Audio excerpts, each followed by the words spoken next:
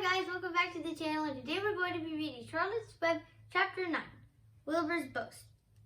A spider's web is stronger than it looks.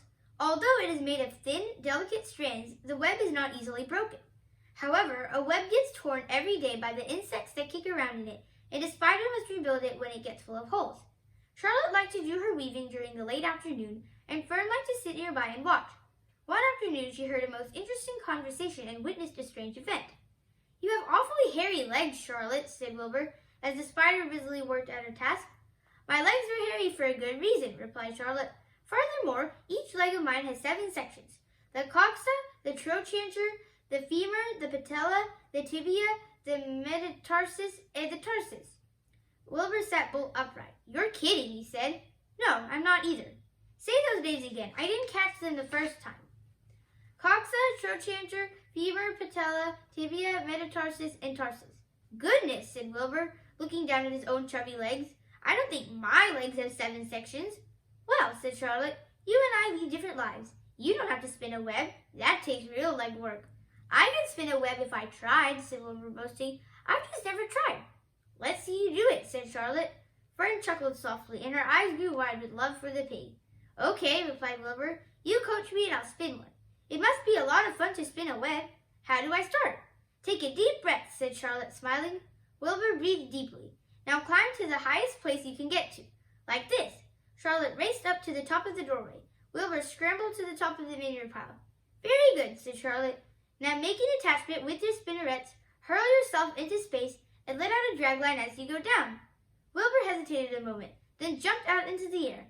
He glanced hastily behind to see if a piece of rope was following him to check his fall, but nothing seemed to be happening in his rear, and the next thing he knew, he landed with a thump.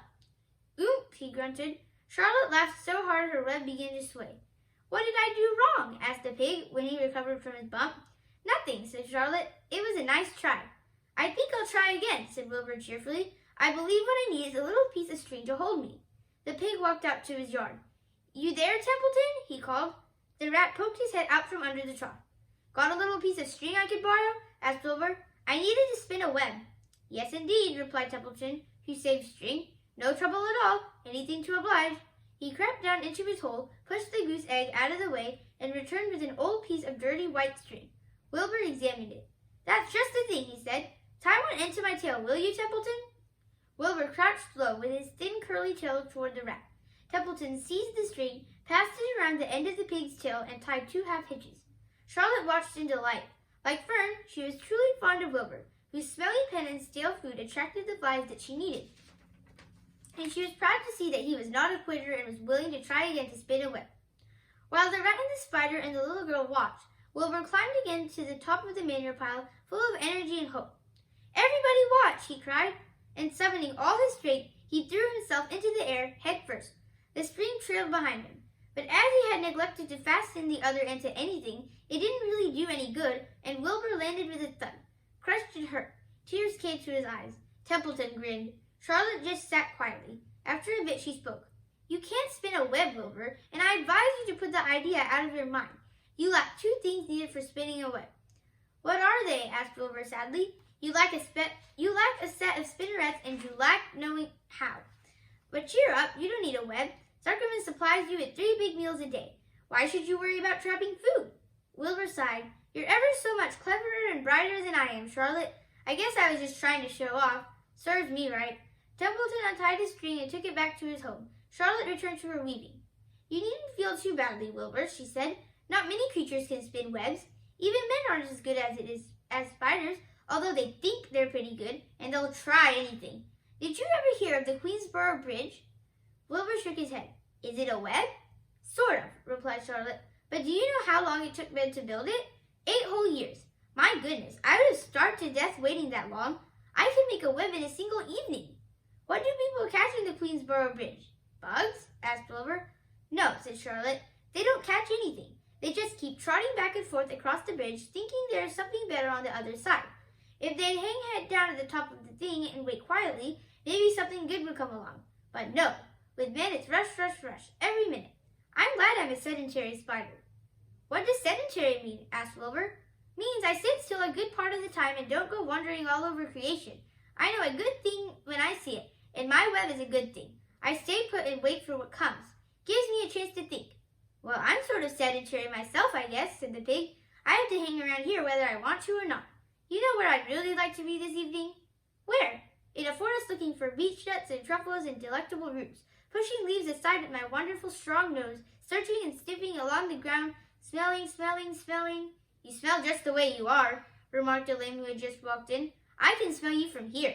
You're the smelliest creature in the place. Wilbur hung his head. His eyes grew wet with tears. Charlotte noticed his embarrassment, and she spoke sharply to the lamb. Let Wilbur alone, she said. He has a perfect right to smell, considering his surroundings. You're no bundle of sweet peas yourself. Furthermore, you are interrupting a very pleasant conversation. What were we talking about, Wilbur, when we were so rudely interrupted? Oh, I don't remember, said Wilbur. It doesn't make any difference. Let's not talk any more for a while, Charlotte. I'm getting sleepy. You go ahead and finish fixing your web, and I'll just lie here and watch you. It's a lovely evening. Wilbur stretched out on his side. Twilight settled over Zuckerman's barn, and a feeling of peace. Fern knew it was almost supper time, but she couldn't bear to leave. Swallows passed on silent wings, in and out of the doorways, bringing food to their young ones. From across the road a bird sang, Whip-poor-will, whip-poor-will. Larry sat down under an apple tree and lit his pipe. The animal sniffed the familiar smell of strong tobacco. Wilbur heard the trill of the tree toad and the occasional slamming of the kitchen door. All these sounds made him feel comfortable and happy, for he loved life and loved to be a part of the world on a summer evening. But as he lay there, he remembered what the old sheep had told him. The thought of death came to him, and he began to tremble with fear. Charlotte, he said softly. Yes, Wilbur? I don't want to die. Of course you don't, said Charlotte in a comforting voice. I just love it here in the barn, said Wilbur. I love everything about this place. Of course you do, said Charlotte. We all do. The goose appeared, followed by her 7 goslings. They thrust their little necks out and kept up a musical whistling, like a tiny troop of pipers. Wilbur listened to the sound with love in his heart. Charlotte, he said. Yes, said the spider. Were you serious when you promised you would keep them from killing me? I was never more serious in my life. I am not going to let you die, Wilbur. How are you going to save me? Asked Wilbur, whose curiosity was very strong on this point. Well, said Charlotte vaguely, I don't really know, but I'm working on a plan. That's wonderful, said Wilbur. How is the plan coming, Charlotte? Have you got very far with it? Is it coming along pretty well? Wilbur was trembling again, but Charlotte was cool and collected. Oh, it's coming all right, she said lightly. The plan is still in its early stages and hasn't completely shaped up yet, but I'm working on it. When do you work on it? Begged Wilbur. When I'm hanging head down at the top of my web. That's when I do my thinking, because then all the blood is in my head. I'd be only too glad to help in any way I can. Oh, I'll work it out alone, said Charlotte. I can think better if I think alone. All right, said Wilbur, but don't fail to let me know if there's anything I can do to help, no matter how slight. Well, replied Charlotte, you must try to build yourself up. I want you to get plenty of sleep and stop worrying. Never hurry and never worry. Chew your food thoroughly and eat every bit of it, except you must leave just enough for Templeton. Gain weight and stay well. That's the way you can help. Keep fit and don't lose your nerve. Do you think you understand? Yes, I understand, said Wilbur. Go along to bed then, said Charlotte. Sleep is important. Wilbur trotted over to the darkest corner of his pen and threw himself down. He closed his eyes. In another minute he spoke. Charlotte, he said. Yes, Wilbur? May I go out to my trough and see if I left any of my supper? I think I left just a tiny bit of mashed potato. Very well, said Charlotte, but I want you in bed again without delay. Wilbur started to race out to his yard. Slowly, slowly, said Charlotte. Never hurry, never worry. Wilbur checked himself and crept slowly to his trunk.